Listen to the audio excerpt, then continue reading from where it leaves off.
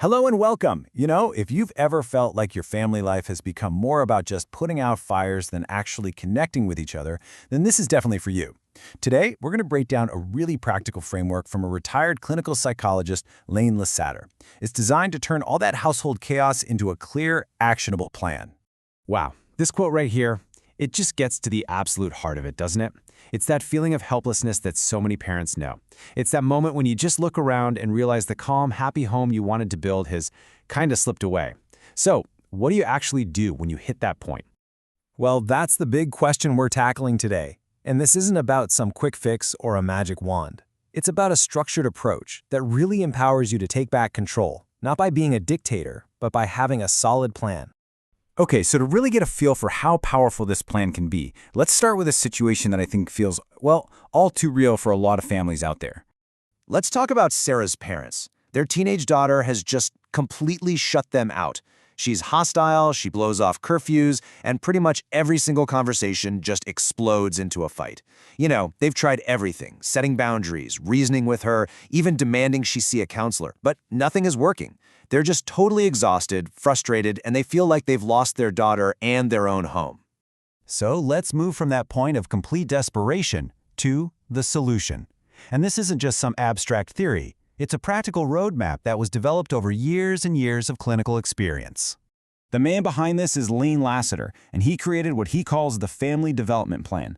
And the goal is actually pretty simple. It's to help families move away from these vague frustrations and toward effective goals that can actually create change. It's all about getting super clear on what you want and exactly how you're going to get there. The whole system is really built on this one foundation.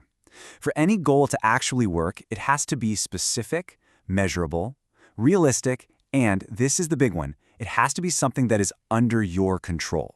So you can't control your kids' behavior, but you absolutely can control your own actions and your own responses. And that's the key to everything. So, how does this actually work in the real world? Well, the easiest way to start isn't by trying to solve everything at once. It's by starting small, with really simple weekly goals. Lasater breaks these weekly goals down into two little categories. You've got gains, which are the positive things you want to make happen, like having more good conversations, and then you've got avoids, which are the negative patterns you want to stop, like getting into the same argument night after night. Each week, you just set one of each. Simple as that. Let's look at an example. So a parent wants to reconnect with their son Logan. That's the feeling, the desire.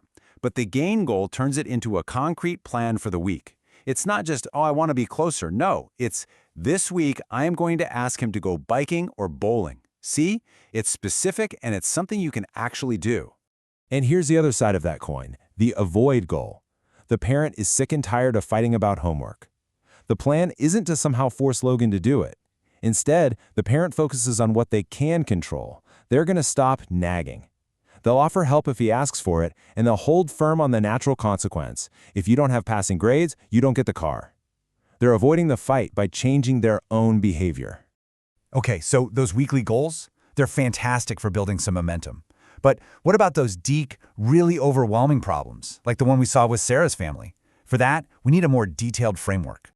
This is really where the heart of the family development plan comes in.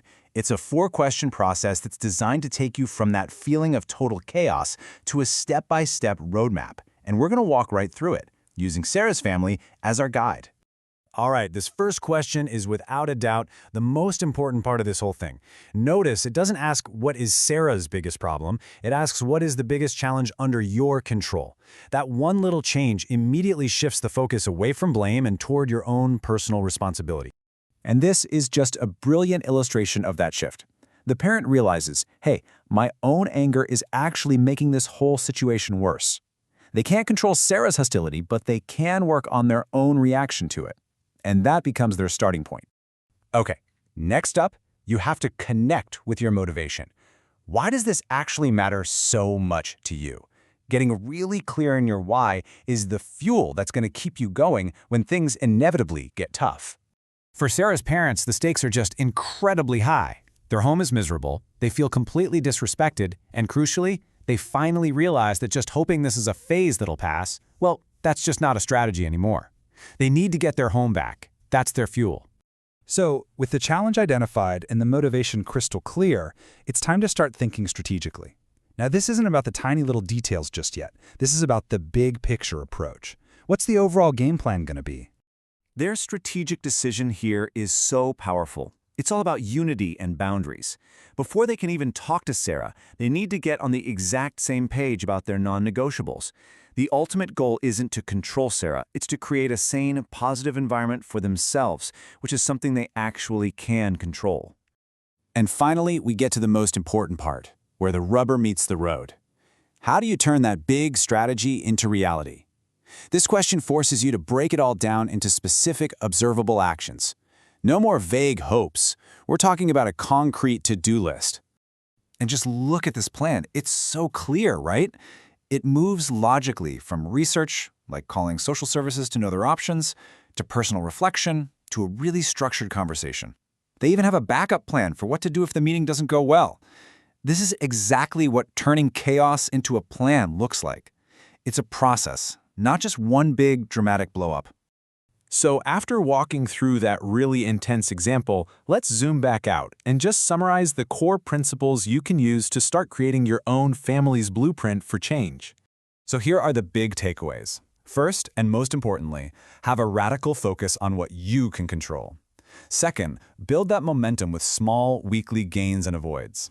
For the really big stuff, use that 4-question framework to build a roadmap. And finally, always, always, always translate your good intentions into specific actions you can actually see and measure. So I'll leave you with this final thought. Just forget about trying to solve everything all at once.